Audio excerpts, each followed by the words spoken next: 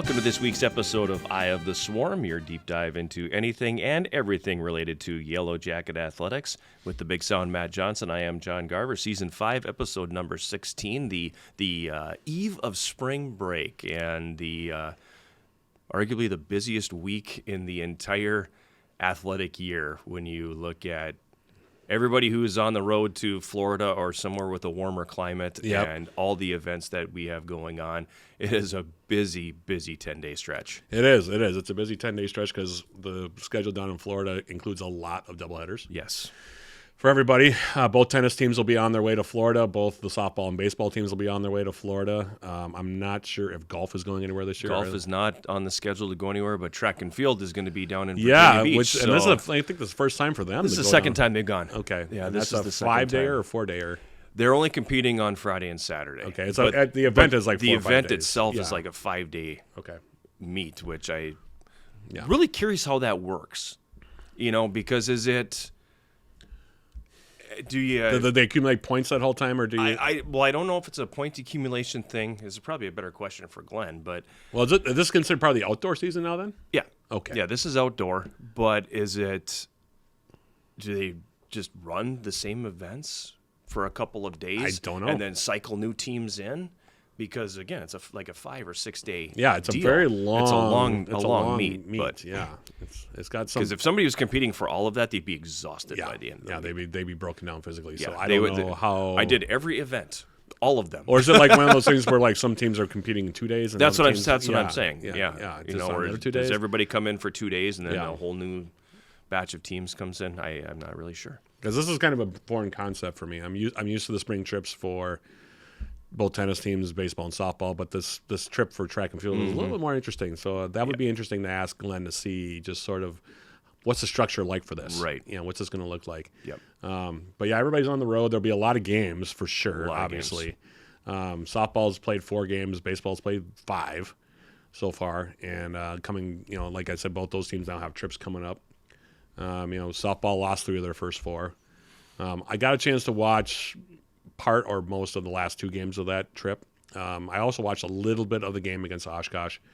The only team to score a run on Oshkosh so far this year. Us? Yes. Okay. Yeah. They've given up a run. And it was to us. That was a really competitive game going to the 7th inning. It was 2-1, I think, going to the 7th, and they scored 3. I was talking to Melissa a little bit too, and she goes, "That's a good club. They're good, Well, and they always are. Yeah, they always are. Yeah, they're always good. I mean, they're always a host for the regional or in the regional field. So yeah, they're always good. The game against Beloit, I think they probably felt like they probably should have done a little bit better. Yep. They were up and then let it get away from them late. And against Edgewood, they got behind big early. That Edgewood team came to swing the bats that day, and they got down I think 8-9-0 after 2, and then made it 10-5 by the end. But it was just too big of a hole to climb out of. And then against Ripon, took care of business a bit, winning that game 9-2. Yep. So 1-3, and then they have their trip coming up. I haven't had a chance to talk with Melissa yet to see what her overall assessment was of their play. I think there was probably some good and some bad in there, would be my guess, if she was going to be honest about it. But I mean, she's got, I think she could absolutely say that. And, she used some of this as we need to learn a little bit about our team. We need to learn who can do what, who can fit where. And, with the depth she has this year, it allowed her to see a lot of different things. Right. Baseball is coming off a really good weekend. Yeah. They swept Augsburg in 3 straight games. We're really in control of all 3 of them. Yeah. Even the last one that was close. It ended up 9-7, but it wasn't close. No, it wasn't that close of a game. It was a game they were up comfortably basically throughout the game. I mean, it was 8-1. It was 9-1. Yeah, 9-1, and then Augsburg scored a bunch of runs late against the bullpen. But for the most part, like I said, that game was closer than it was not as close as the score indicated. Yep. But just put it that way. But really impressed with how they played. They beat Augsburg 7-1, 10-1. On the Saturday doubleheader, and then 9-7, they beat the Aggies to complete the 3-game sweep, which is not easy. No. On Sunday, but they were able to do it. And then the tennis, women's tennis team had a pretty good weekend as well. Week too, yeah. Yeah, they had a couple of sweeps in there. Swept Simpson and also swept Ripon, and lost 7-2 against Eau Claire. But that Eau Claire club is good. Yeah. And so I don't think anybody was necessarily all that upset with losing to Eau Claire. No. Taking 2 matches off that squad's pretty good. Yeah. So, pretty good week there. Men's and women's track and field. Closed out the indoor season. They went to the Ripon final qualifier. Nobody qualified for nationals, so Correct. they move on to the outdoor season, which is part of this trip to. But successful indoor, obviously, with the two conference championships. And, Yep. you know, disappointed the individuals weren't Yeah. able to advance, but Yeah. still a good, successful indoor season. Yeah, good. You know, I mean, when you repeat as conference champions, you're never going to complain about that. That's for sure. I mean, there were 15 Yellowjackets, by the way, on the men's side, that ended up being all conference in some way, shape, or form. So just give you an idea of how dominant they were. And then 4 on the women's side, including Glenn Drexler being named Coach of the Year. So congratulations to him. They changed that now. It is Staff of the Year. Oh, it's Staff of the Year. Glenn and his staff are the Staff of the Year. Okay, so it's Staff of the Year. My mistake. I was about to say he's he's been stacking up those Coach of the Year He's got awards. a lot of plaques. Yeah, he's got a lot of trophy, a lot of hardware. And women's basketball, Lise Besson was Player of the Year. Congratulations to her. And 3 of her teammates also made all conference mention, and for the men it was 2. So, I would say that for the most part, it's been a pretty good couple of weeks here. It'll be interesting to see though what the teams look like when they get back from Florida, respectively, because I don't know how many matches. I can't remember off the top of my head how many matches men's and women's tennis play. I think the men have. I think the men have 7. Okay. And the women 4 or 5. 4 or 5. Okay. Well, that would make sense. And the men have 1 against the Division II and 1 against the Division I opponent. Okay. So there's going to be some stuff happening there. Yep. And the women, like you said, 4 matches, but they've played a bunch lately. Yeah, they've been busy. They've been busy. They've played, I think, the last 3 weekends in a row. So, and have had some good results in there. So, correct. They probably need a little bit of a mental break, even if they are going down to Florida. The men have been off for a few weeks. Yeah. So they're ready to go. They should be ready to go. So, but yeah, we're into that crossover part of the year now, or the crossover's been completed. Yep, it's over. Yep, and now we're straight into Survived another one. Yeah, survived another one, another winter season, and now we're straight into spring, which is weird for us to say in March. The fact that there's a lot of sunshine, there's not a lot of snow. In fact, there's no snow. There's none. Yeah, there's no snow, and that the fields are, as of right now, they're playable, completely playable. Yep.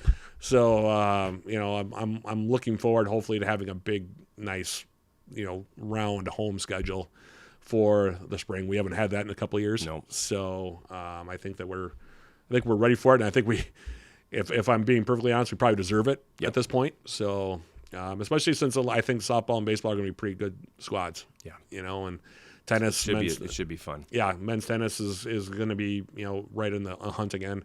Women's tennis should be as well. I think they'll probably be right in the hunt, and both track and field teams are going to be near the top of the conference again too. So. Yep. Should be a successful spring. Yeah, should be a good. I mean, we've had a very successful fall and winter. Yep. By the way, for those of you counting it back at home now, that's 8 conference titles now for the first 2 parts of the year. That's pretty good. Pretty darn good. Yeah. And hopefully with more to come. So, and if you count postseason tournaments, that's 10 now. Right. So yeah, there's been a lot of hardware so far this year, and hopefully more coming up. Yep. Gonna have to rearrange the trophy case again. That's becoming a yearly thing. It is. It is a yearly thing. I guess it gives us a chance to dust the inside of it. Right. So. Make sure it doesn't get dusty in there with all the trophies that we've won. But, right. Yeah, but it's been a really successful year. I think last year I thought was really successful. This year's been better so far. Yeah. So hands down. Yeah. So right now things are looking good for Yellowjacket athletics right now. So. And speaking of one of those spring teams, we're going to be heading to the Diamond. Yep. Talking baseball here with head coach T.J. Oakes and junior. I think he's a junior now. Yeah, junior now. Payton Steiner. He's a whole new guy though with the mullet gone. So hard for me to recognize him. I was sort of. I was kind of surprised when I saw him this morning when he didn't have his mullet. But. Yeah, the mullet's gone. So we'll take it though. Well, yeah. Hopefully it doesn't zap the power, No, I don't think Jared so. Allen used to say, it's it's not a haircut, it's a lifestyle, or not a hairstyle, it's a lifestyle, and it kind of gave him his power to sack the quarterback. Yeah. So maybe that's his power for hitting triples or something. I don't know. Yeah. We'll find out. Right? But at any rate, Coach Oakes and Payton Steiner will be with us on the roundtable segment. That'll be coming up next. You are watching Eye of the Swarm. Find your passion.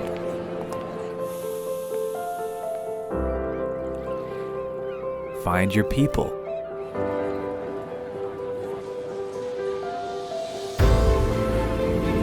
Find your purpose.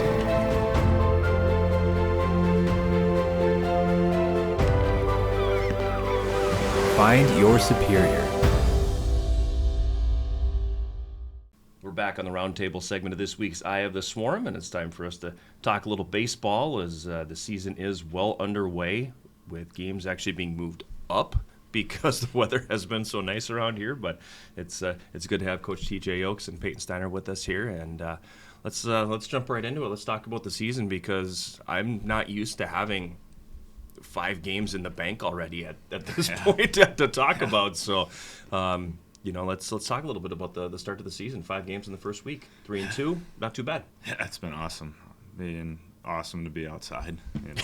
We had practice on January 30th, which is absolutely crazy. So I keep looking at my watch, like thinking I'm dreaming, thinking that it's March, April, but it's like January, February, and we're playing outside. So to have 5 games outdoors at this point, up to this, like, it's unheard of, especially where we live. So it's been really, really nice to be able to practice outside and do things that you're not able to do inside. I think we're just so much more prepared, and we were so much more prepared for our first games, where sometimes that first game is the first time you take in and out as a team. Right. Sometimes it's the first time you take BP on the field as a team. So to have... Get up, see a fly ball. Exactly. Yeah. 5, 6, 7 of those sessions before we actually played, I think was a huge benefit to our team, and I think that's why we're way more prepared this year than maybe in previous years for our first games. Talk about the value of that as an outfielder, because it seems like, a fly ball, big deal. Huge deal.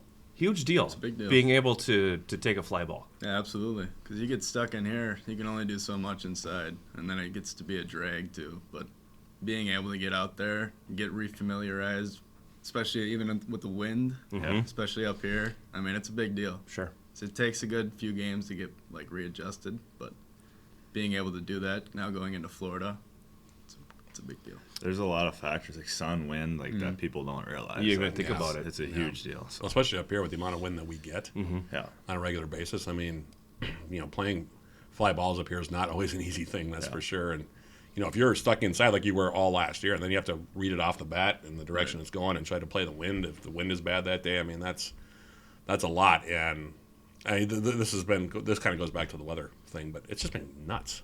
Like, I don't know. I've never seen anything like it. No. I don't even know if TJ, if you've gone back and looked at this, but what point last year did you get your first 5 games in? Like, what was the date? Do you remember? I don't even remember. It had to have been about a month from now, though. Month and a half. I told someone the other day we've had more outdoor practices this year already than we have the last 2 years combined in the spring. Wow. Like, how crazy is that? We had 2 team outdoor practices all year last year.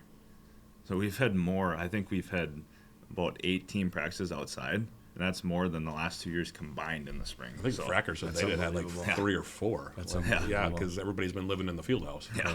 Yeah. So it is very nice. I'm trying to think back to last year, because there was this is around the time where the conversations were going, we have no idea when you're getting on the field. Yeah. No clue. And our podcasts were basically like, there will be spring sports, we hope. Sometime. Yeah, at some point. But you didn't know when you're getting on the field. Yep. There was still 3-4 feet of snow on the field, ice underneath that. Yep. You had no idea when that was going to happen. Yep. And mid-February, we were talking about we might be playing Augsburg here. Yeah. Yes. You lucked out. You got a 70-degree day in River Falls to play that. That's even that nuts, game. though. But on March, whatever day. Yeah, March 2nd. March 2nd, you're playing, and I watched the game on Sunday, and the conditions looked beautiful. Yeah. It looked really nice. The sun was shining. Guys looked like they were completely comfortable. Both teams were in short sleeves. I was like, okay, that's, and was it as nice as it looked? It looked like it was perfect. Nice. Yeah. A little windy, but we'll take a little bit wind with high 60s, 70-degree temps. Yeah, that's still going to feel pretty darn warm. Yeah. Regardless, but, and certainly we've been talking about the winter now, or the lack of winter, right, for several podcasts in a row now. And at this point, it's not going to happen. Yeah. Yeah, we might get a dusting here and there. I was watching actually the weather last night, and they said, there might be snow, rain, or whatever. But I don't know if anything's going to accumulate at this point. Not at this point. I don't think that, especially with, because now on top of everything else, the fields are getting warmer now because they're getting exposed to the sun a lot. Because we've had a lot of sunny days on top of everything else. Right. Which is really, really rare for this time of year. Usually it's pretty gray and gross, and, but there's been a lot of solar radiation. And, those turf fields, though, are kind of designed to soak up that heat. And, that's, like you said, that's going to also play in. But, last year we were talking about shoveling off fields, and now it's... Not even thinking about it. Yeah, exactly. So It's crazy how No it's trips changed. to Boston? No, well, don't say that too soon, but Yeah. I hope not. Well, I mean, they were looking at playing games. He in- hopes so. Yeah, I say you Yeah, hope so. there's That's like nothing wrong with homecoming for Boston. you. Yeah. He's a triple king in mine. But I remember you and I last year. You were like, we were sitting in your office, and you'd say like, we might end up having to play games in Missouri.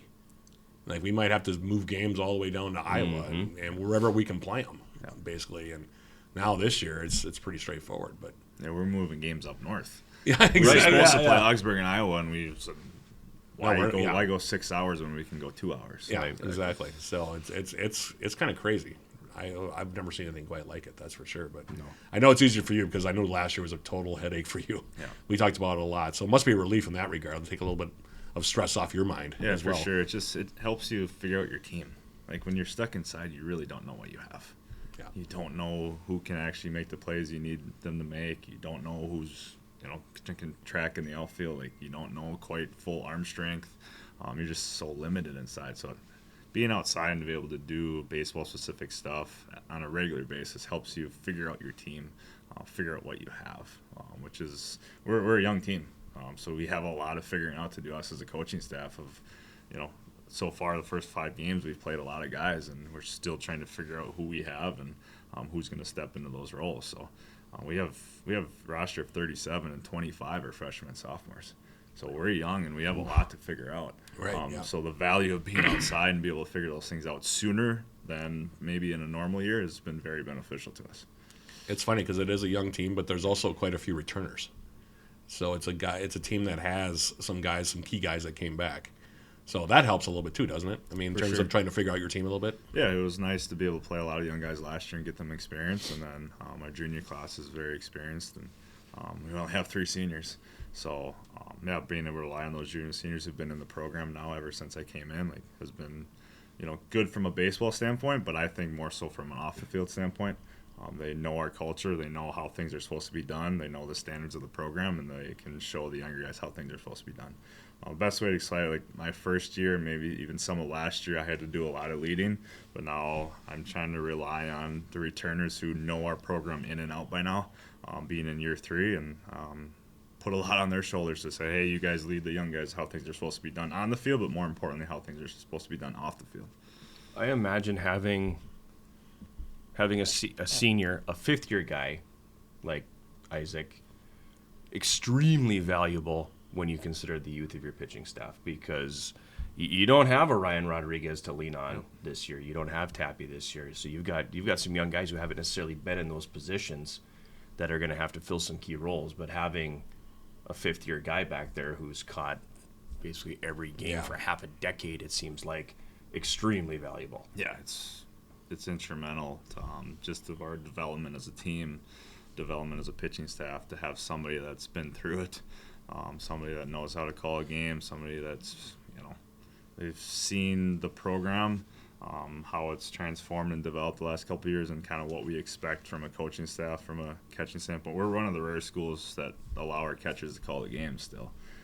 I would say 80-90% of schools now have the coaches call the games, and we spend a lot of time with our catchers and trust them a lot to, hey, you guys are seeing the pitchers. You guys have the best seat in the house as far as seeing what's working, what's not working. So we put a lot of trust in them, a lot of trust in Isaac and our other catchers, and we're very fortunate. We have 4 solid catchers that we can go to any of them at any time. So obviously the hope that Isaac stays healthy and has a really good year, but we have faith in all of our catchers that if something does happen, the next guy up, and they're all have developed really nicely and can handle our pitching staff really well. Well, it helps too that Isaac is also a first-team all-conference performer as a catcher. I mean, he's a guy that contributes not just calling a game, playing defense, setting up the defense, and telling guys where to go. He's also a really good hitter. For sure. And so when you have that kind of leadership as well, it kind of helps because Isaac's been there, and he seems like a guy that's pretty easy to play with. I mean, I don't know, Payton, if you feel the same way, but he strikes me as somebody that you want to go on the field and play with Isaac because he just has the right attitude, and he's always very upbeat. It seems like whenever I see him, anyway. For sure, yeah. He's been the staple in our lineup on the field and in our clubhouse. So, just does the right things, works really hard, and has credibility from that standpoint. When did that – I want to go back to the coaches calling games thing. When did that start to change? Because Well, it's not common, according. I mean, TJ just said, right. But when did he's lucky because he has Isaac to do that. When did it change where coaches decided, you know what, I'm not going to trust my catcher, and I'm not going to trust the guy who's seeing everything behind the plate, and I'm just going to take this over myself. When did that start to change? I would say 8-10 years ago, you started seeing a shift into it, and then now in the last 2-3 years, it's really transformed, especially with the pitch clock, with the new rules of 20 seconds between each pitch, and coming to your favorite Division III park in 2025. Yeah, I think coaches really got worried about the pitch clock and shaking off pitches, so they just wanted full control over, hey, this is the pitch you're going to throw, no shaking off, and to kind of avoid running into that 20-second. That's my opinion. I haven't, even with the pitch clock, I haven't considered going to it just because we haven't run into any issues with going over the pitch clock. I think we've been called for it maybe twice in the last 2 years, so it's not an issue, even with the pitchers being allowed to shake off. So, but I do think coaches got a little bit leery of that when they implemented the pitch clock and they started taking it over a little bit more control, a little bit faster pace, I guess. That's my opinion on it.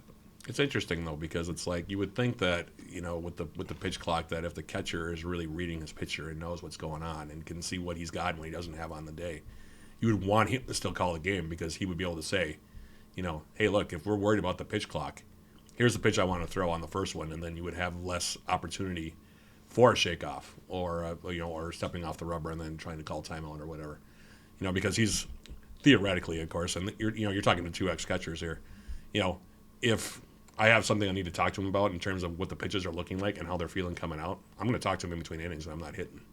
I'm going to go up and just say, hey, what do you think of this? Because it looks like, your fastball is really good today.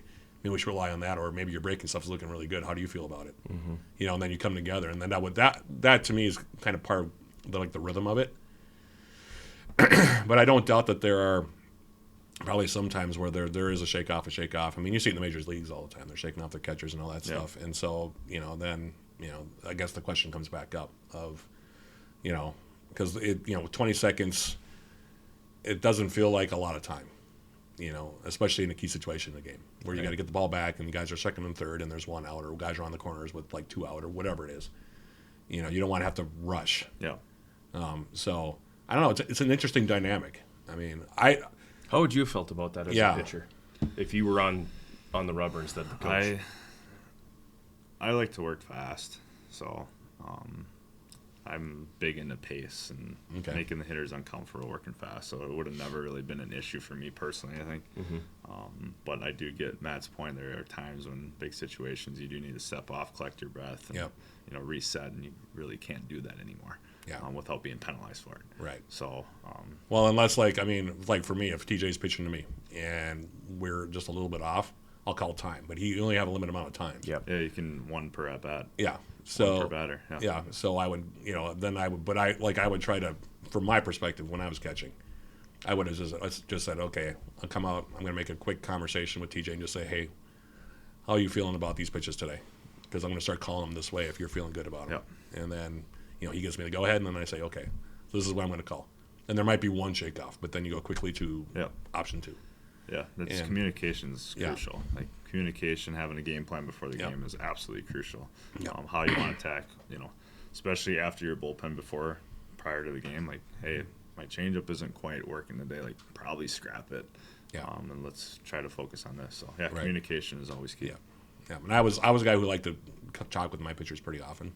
I mean, I didn't call a ton of timeouts, but every once in a while, I mean, I probably would call one every about 3 innings, where I just would go out and just make sure, like, hey, do you feel good about where we're at still? Do you think we need to make a change on something here? For sure. And then just see what they thought. I don't know if you did the same thing, John, but that was all depend who's pitching. Yeah. And some guys take it better than others. So, exactly. That's my point. Yeah. That's my point. Some guys take that conversation. Because that kind of guy who would do, classic Bob Gibson. What are you doing out here? Yeah. Well, and there are some guys that are just like, with Gibson, I mean, he's one of those guys you just are like, leave him alone. Yeah. Well, and with his success rate, you were just like, right. He knows what feels good. But I had a guy like that who, anytime he'd start to walk out, he'd give you the look and it's like, dude, you just threw 9 straight balls. Let's have a conversation quick. Something needs to change. Yeah, let's have a quick chat here. Something's not working here. Yeah. But I had other ones who would welcome it because it would allow them to Take a breath. You know, take a breath. Just say, like, make sure we're at least the two of us are on the same page. Right, for sure. Right. So, yeah. Let's jump into the first 5 games here. You opened a week ago on the road at St. John's, and you came out of that 0-2, but awfully complimentary of the team that you were playing against. So talk to me a little bit about what made them such a difficult club. Yeah, St. John's is good. They're veteran. There's a lot of seniors, a lot of guys who've been through the ringer, a lot of guys who've been through the MIAC and finished in the top 4 the last 4 years. So, yeah, they're just, you can't teach experience. And that's one thing they're loaded with. Yep. Experience and guys who've done it, and guys who've done it successfully for many, many years. They have some fifth-year guys. So they had tons of experience over us, and you could kind of tell. We hung with them the first game, but I think their experience took over the second game. They kind of took it to us. But I was proud of our guys, the way they handled it. It's an awesome environment there. We had a good crowd. Their facility's awesome. They have a brand-new clubhouse. And I didn't feel like we got awed or were intimidated by the environment when we could have easily been, because it's one of the cream of the crop facilities in all Division III baseball. Sure. Between their field and their new clubhouse facility. So I thought we went toe-to-toe with them. The first game was a really entertaining game. It was maybe I didn't see it either. Oh, it was a great one game of the to best watch. Division III college games I've probably been a part of. We went toe for toe, pitch for pitch, for 11 innings.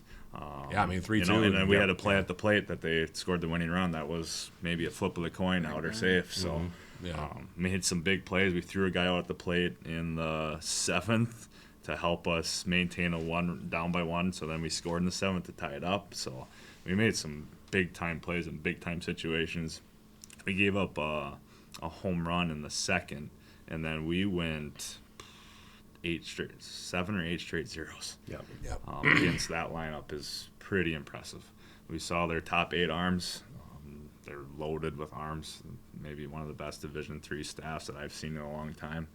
They ran out. I was just waiting for, we need to see one guy that's hittable. They were running guys out mid-upper 80s with good sliders all day long. So I told their guys it's good for us to see that early, because chances are we won't see much of that throughout the year, and it's good for us to prepare that way. So it was quite a good welcome to the challenge. season. Yeah, absolutely. Absolutely. Having to see pitchers like that. Yeah, that's one way to start the season.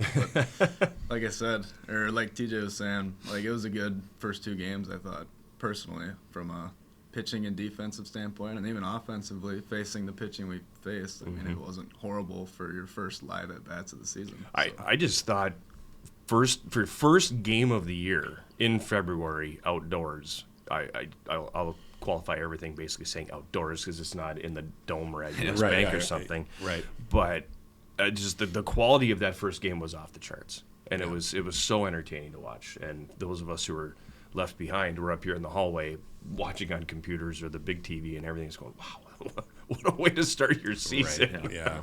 Well, and I know some of the guys some of the alumni that are still in the Twin Ports area, and I've had them come up and say, the team looks pretty good.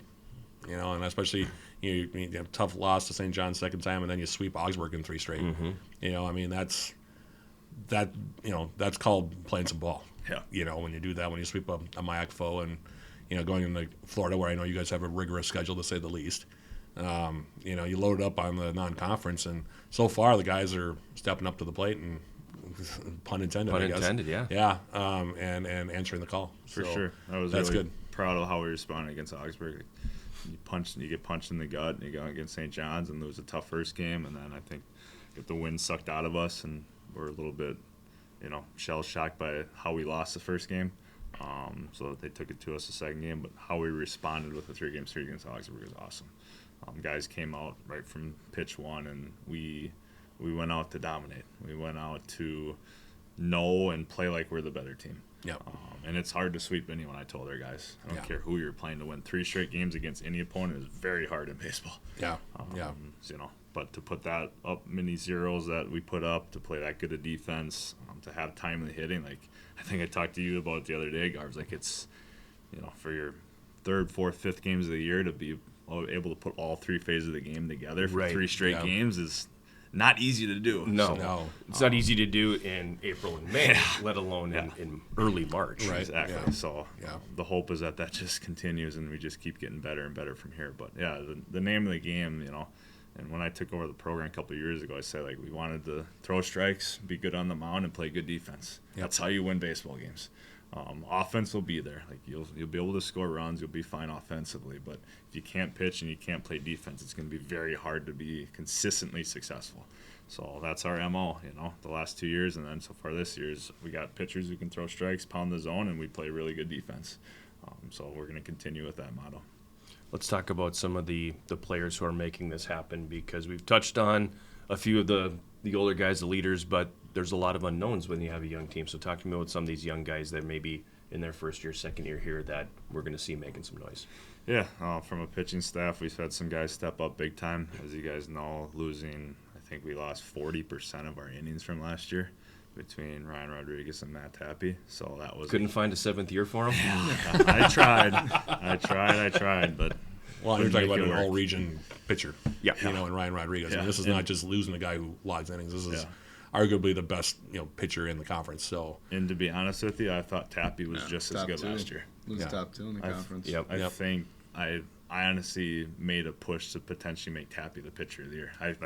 Him and Rodriguez probably should have been co-pitchers of the year. Yeah. Because if Ryan didn't win it, Tappy was for sure second. Yeah. He had 8 wins last year for us Yeah. and pitched some of the biggest games of the year for us. Yeah. So to lose those top 2 arms, it's going into the year, it's like, man, that's a lot to replace. Those are some huge shoes to fill. Right, yeah. Arguably 2 of the best pitchers to ever pitch in this program. Right, yeah. That's some huge shoes to fill. So we've had some guys step up and kind of have lived up to the challenge, because it is challenging to be able to fill those shoes. But guys like Zach Romans, who's in his first year, and Aiden Pfeiffer, who got some experience last year in kind of a closer relief type role, has stepped into a starter's role and has done really, really well. Ben Welly has stepped up and to a different role this year. So we've had a lot of guys step up. The freshmen last year or sophomores now have made tremendous strides. They're just more comfortable. Guys like Trey Seibert, Noah D'Agostino, Brian O'Dwyer, those guys I've seen some strides from that standpoint. It's hard to play every day as a freshman. Yeah. It's really hard. You play way more games than you're used to. It's obviously a way higher level of competition. It's just more intense. It's more taxing on your body physically and then also emotionally. Like towards the end of the year, your freshman year, when you get a chance to play all the time, it's taxing on you emotionally. It wears on you. Yeah. And I kind of saw that towards the end of the year with our young guys last year, which is some of them kind of petered out towards the end, which is really understandable. So I'm hoping that a year of experience, and then so far they've been really good from a mentality, emotional standpoint. So I'm hoping that carries over. So I've been very, very pleased. We got to keep this guy healthy. That's right. So he's allowed 1 injury a year, and he had that at St. Already used John's. it. He twisted his ankle in the first game at St. John's. So it kind of kept him out of the first 2 Augsburg games, but then he got back in there. He got a pinch hit on Saturday and then got back in there Sunday. But this guy's a huge piece. We have to keep him healthy. He's a cornerstone in our right field, and then a staple in our lineup towards the middle of our lineup. Just very consistent. Ever since he stepped into the program, there's consistency. That's one of our pillars of our program. I want our guys to be consistent. Everything they do, on the field, off the field, academically, the whole works, and this guy's the epitome of consistency. So he's been awesome. He's been an awesome leader for us. He's been bought in from day one of what we want to do in the program. So he's instrumental to us on and off the field. So we have to keep him healthy. If we keep him healthy, it will be really, really good. But this guy has to stay healthy. Or you just play all your home games in Mauston. Yeah. Because then he's going to be And he player hits- D3 player of the year, probably. Yeah. He hits 6 triples and hits 770 on the weekend. And So you weren't there. I wasn't there. I heard the story, though. It was really It was impressive. incredible. It was really I went impressive. down right and- center gap was just getting worn out. Yeah, and he's got. It seemed like half his hometown was there because the home field, anytime yeah. he would come to the plate, the place would go bonkers. And it was I like, remember you wow, told me okay. that. I walked Yeah. into the office and I said, how'd it go down there? And he's like, man, it was like Payton Steiner. It was like down Steiner there. Day. It's like, yeah, he's like, the whole town came and then he put on a show on top of everything else. So That had to have been fun though, Oh, it was because the absolutely. closest thing you get to a home game is It was that. still a home game too. Yeah. Even better. Yeah. Being able to be that close, because a lot of people they obviously It's a lot of distance. people support me. Yep. Right. Right, Yep. yeah. But being able to be that close and giving other people an opportunity to come watch what our team can do, it's very fun. Yeah, Very fun. to Yeah, be able to it do was that. it was a pretty fun environment.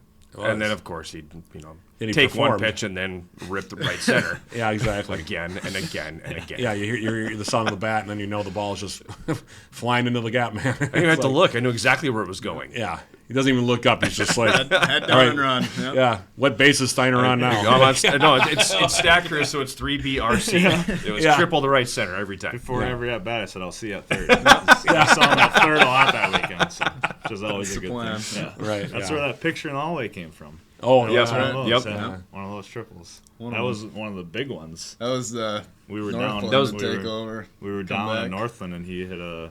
I think there's a couple guys on. Hit a 7-2. triple, and Base clearing triple, and then Yeah, got it to was- Yeah, because you blew that game open. Yep, right after that. Yeah, because you were losing, I think. We You were were trailing. losing. And then- 7-2. Yep. 7-2. Yep. And that got us back and then came fired back. us up. So It's interesting looking at this team too, just because the pitching staff is really young. Zach Roman's coming in. I wanted to pick your brain on him a little bit because he's not necessarily taking over the ace of the staff kind of role, but as a freshman, I mean, he's a transfer from Minnesota State, which says a lot. The fact that they recruited him and then he came here to pitch. It seems like he's very composed for a young guy. I mean, you just don't. And yeah, I know he had a heck of a high school career.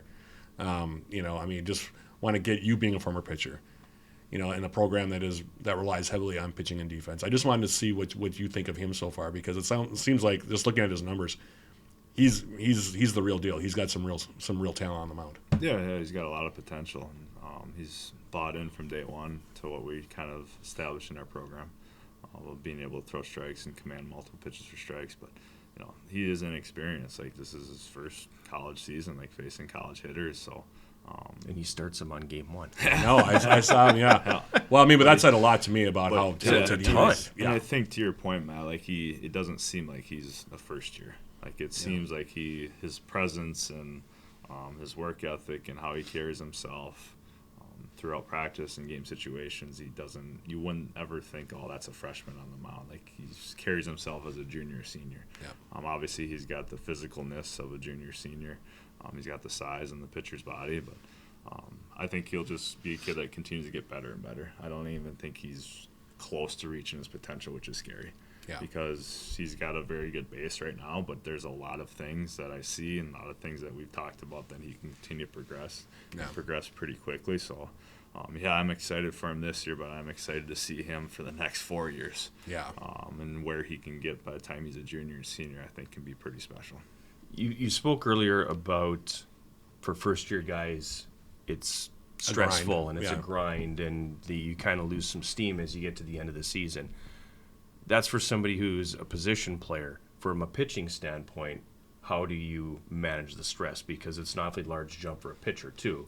For sure. No matter what level of college you're going to. From high school to college is a massive jump. So how do you manage that with a freshman pitcher? For sure. I think just showing them the ropes of what our pitching program's all about.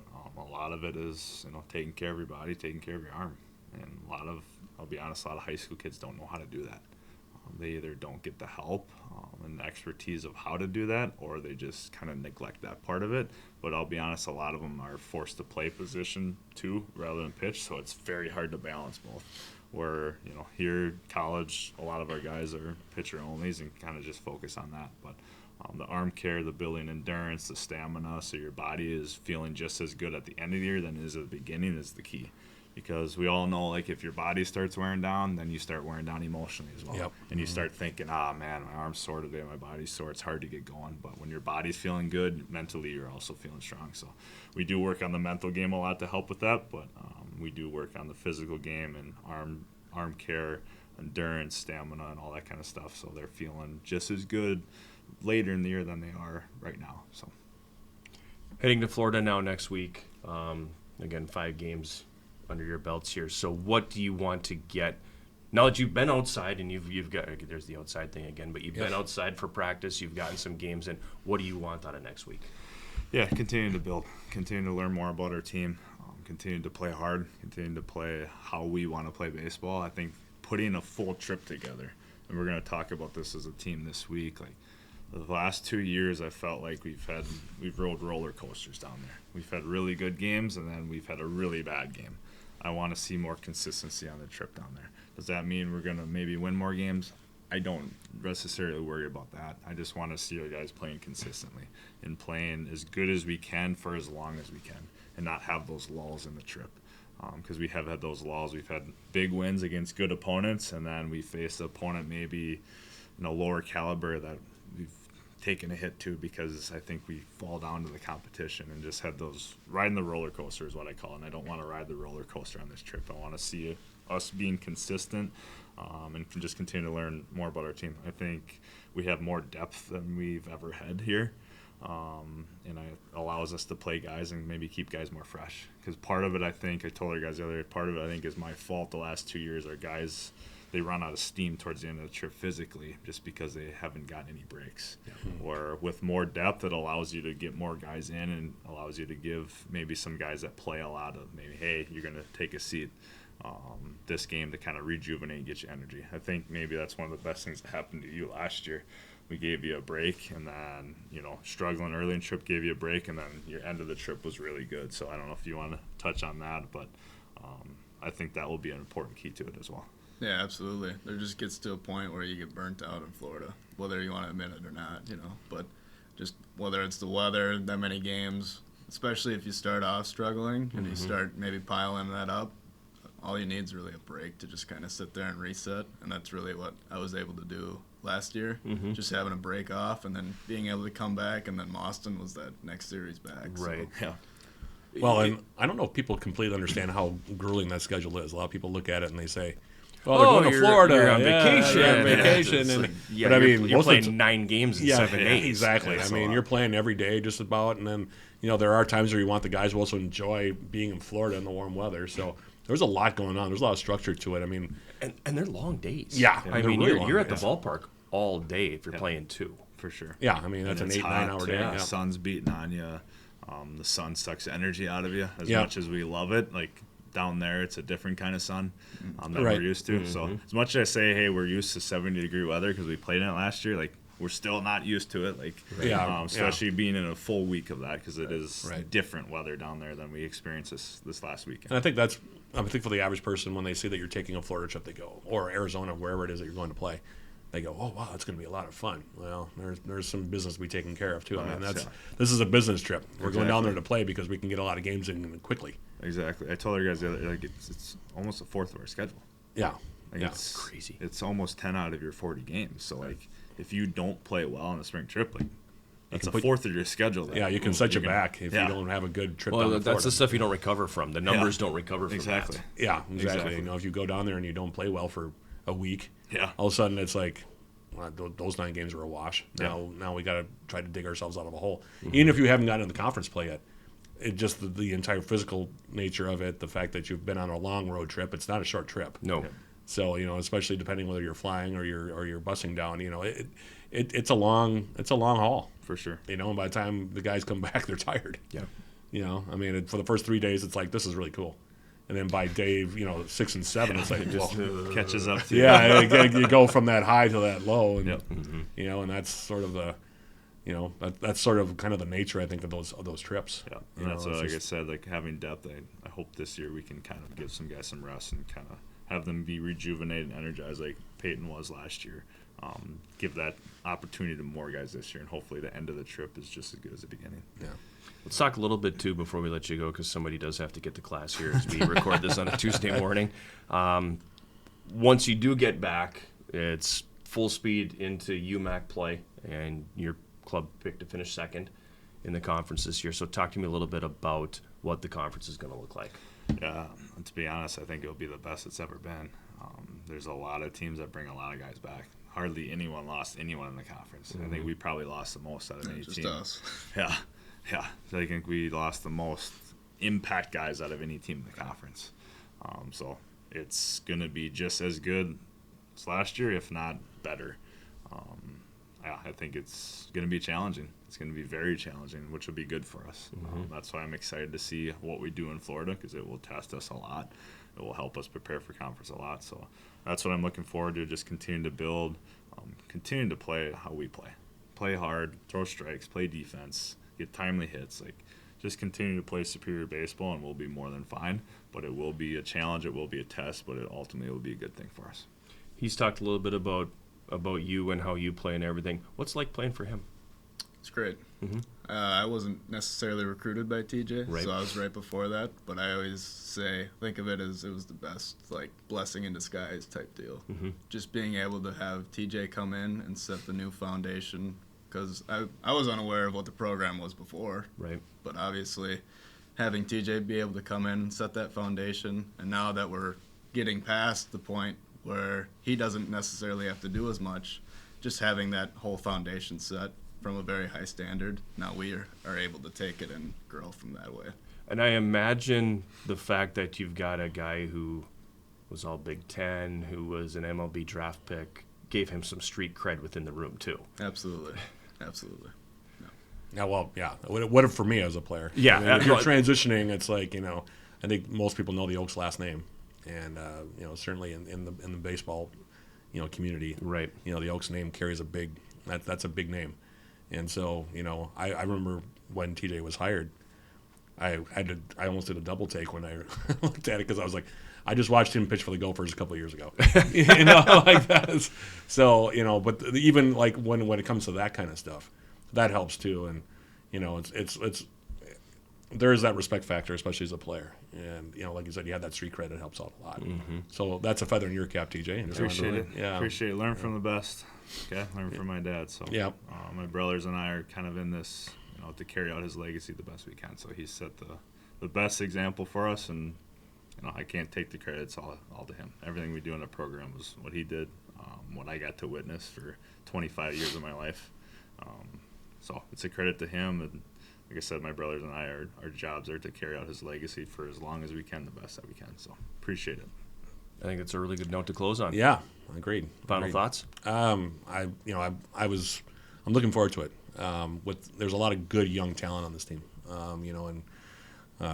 based on what I saw even on Sunday against Augsburg. I mean, it was 9-7 game, but you guys were never not in control of that game. That was one of those games where you guys got up big early and were able to get some other guys some time, and Augsburg scored some runs late to make it closer. But those are 3 pretty convincing wins that you posted in. So if that's any indication of where the team's going to be this year and how they're going to play, then it's going to be fun. And I'm really looking forward to broadcasting some games and getting to chat with you and watching the team play and watching Payton hopefully in right field. And There you go. Exactly. without turning more If ankles. he's or not, anything. I'm going to have questions. Yeah, exactly. So, but yeah, I'm looking forward to it, and hopefully the weather will hold out and we'll be able to get as many home games in and as many broadcasts in as we can this year. So. That'll do it for this week's episode. We want to thank head coach TJ Oaks and Payton Steiner from the Yellowjacket baseball team for stopping by. For the Big Sound Matt Johnson, I am Jon Garver. Thank you for watching Eye of the Swarm.